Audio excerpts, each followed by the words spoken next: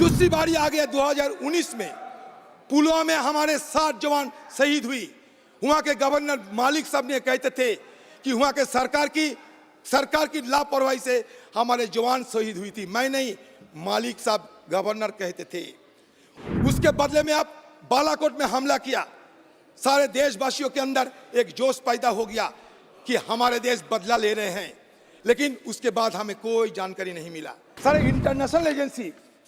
International agency कहते हैं कि बालाकोट में ऐसा कोई सीरियस कॉन्सिक्वेंसेस कुछ नहीं हुई। मैं उदाहरण के तौर पर कहना चाहता हूं, तो राम को हम सब मानते हैं, ऐसा नहीं। आप राम का आपका पेटेंट मत बनाइए, राम आपका चुनावी पेटेंट ना हो, ये मैं चाहता हूं। राम सबका है, राम को अपना पेटेंट बनाने की कोशिश ना करे तो लोग आपको धार्मिक कहेंगे। राम को पेटेंट मत बनाइए, राम को चुनावी उपकरण मत बनाइए, राम को राम की जगह रहने दीजिए। ये बड़ी जोर शोर से हमारे देश में अभी चुनाव की तैयारी कर रहे हैं सत्ता पक्ष। इसमें कोई गलती नहीं है। देखिए, मैं याद दिलाना चाहता हूं सारे हिंदुस्तान के लोगों को, 2014 साल में चुनाव हुआ था। उस समय लोगों को बरगलाने के लिए ये कहे गए थे कि अच्छा दिन लाएंगे, 25 लाख हर लोग की जेब में 15 लाख रुपया हम बाहर से काले धन लाकर हम देंगे। चुनाव खत्म हो गए, सत्ता में आ गए। सत्ता में आने के बाद आपका नेता कह रहे हैं कि ये चुनावी जुमला है। दूसरी बारी आ गया 2019 में पुलवामा में हमारे 60 जवान शहीद हुई। वहां के गवर्नर मालिक साहब ने कहते थे कि वहां के सरकार की लापरवाही से हमारे जवान शहीद हुई थी। मैं नहीं, मालिक साहब गवर्नर कहते थे। उसके बदले में आप बालाकोट में हमला किया। सारे देशवासियों के अंदर एक जोश पैदा हो गया कि हमारे देश बदला ले रहे हैं, लेकिन उसके बाद हमें कोई जानकारी नहीं मिला। क्या हुआ ना हुआ कोई जानकारी नहीं मिला।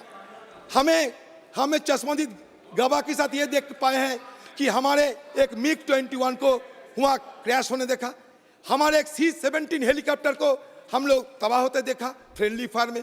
उसमें 6-7 हमारे एयर पर्सनल उनको हम शहादत होते हुए देखा। कहे गए थे कि पाकिस्तान के F-16 को मार गिराया, पता नहीं कहाँ गिराया। और बालाकोट में असलियत क्या हुई आज तक पता नहीं, क्योंकि आपने कुछ कहा नहीं आज तक। उल्टे तरफ से सारे इंटरनेशनल एजेंसी कहते हैं कि बालाकोट में ऐसा कोई सीरियस कॉन्सिक्वेंसेस कुछ नहीं हुई। मैं उदाहरण के तौर पर कहना चाहता हूं, analysis of open source satellite imagery by the Atlantic councils digital forensic laboratory, San Francisco based Planet Laboratories, European Space Imaging and Australian Strategic Policy Institute has concluded that India did not hit any targets of significance on the Java hilltop site in the vicinity of Balakot. मैं नहीं कहते, मतलब बालाकोट की घटना आज भी लोगों के सामने स्पष्टीकरण नहीं हुई है। बालाकोट में क्या हुआ है, अगर हो सके तो आप बताइए। हमारे और एक कद्दावर मंत्री आ गए अमित शाह जी, बता सकते कि बालाकोट में असलियत हुआ क्या था। ये आज तक इसका जानकारी नहीं है। फिर नया चुनाव आ रहे हैं, जब चुनाव दरवाजा खटखटा रहे हैं तो आप प्रभु राम जी की शरण ले रहे हैं, अच्छा कर रहे हैं। प्रभु राम जी की शरण लेना कोई गुनाह नहीं। आप कहते कि राम राज्य हम लाके देंगे। देखिए महात्मा गांधी को जिस दिन गोली से भून दिया गया था नाथुराम गौडसे नामक एक व्यक्ति द्वारा, उस दिन भी महात्मा गांधी देहांत लेते हुए उस समय कहा था, हे राम। मतलब राम को सब शरण करते हैं। एक राम जो दशरथ का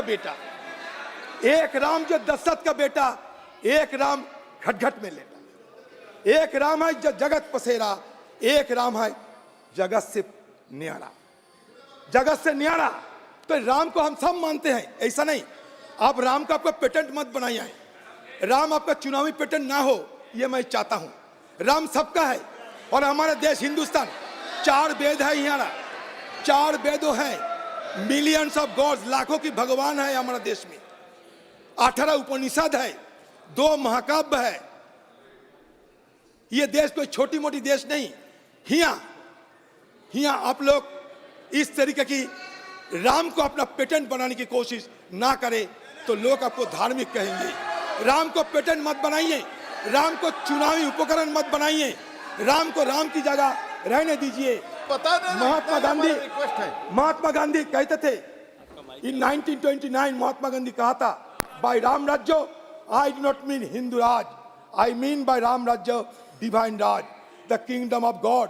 for me Ram and Rahim are one and the same deity.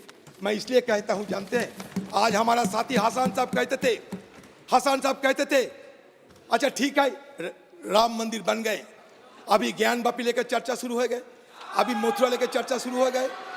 तो हमारे देश में राजनाथ सिंह जब ज्ञानी व्यक्ति है, हमारा देश में 20 करोड़ मुसलमान है, उन लोगों का मन में डर पैदा ना करो तो बेहतर होगी।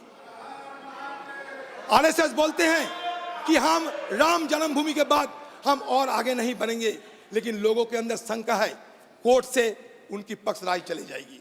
ये मैं नहीं कहते, लोगों के मन में यह शंका है। तो मैं ये कहना चाहते कि आप कानूनों के दौरान आप एक कानून लाइए, जिस कानून के दौरान इस तरीके की और कोई अतिक्रमण ना हो, नहीं तो इसका बड़ा बुरी असर होने वाला है। Sir organisation of Islamic country ये इसको संज्ञान में लिया, मानिए ऑर्गेनाइजेशन ऑफ इस्लामिक कंट्रीज को संज्ञान में लिए हैं। प्लीज सर, हमारे आजू बाजू में सब देश में ऐसा नहीं कि हर जगह हिंदू और हिंदू है, मुसलमान भी रहते हैं, उनको मन में पीड़ा हो, ऐसा काम ना करे तो देश के लिए बेहतर होगी।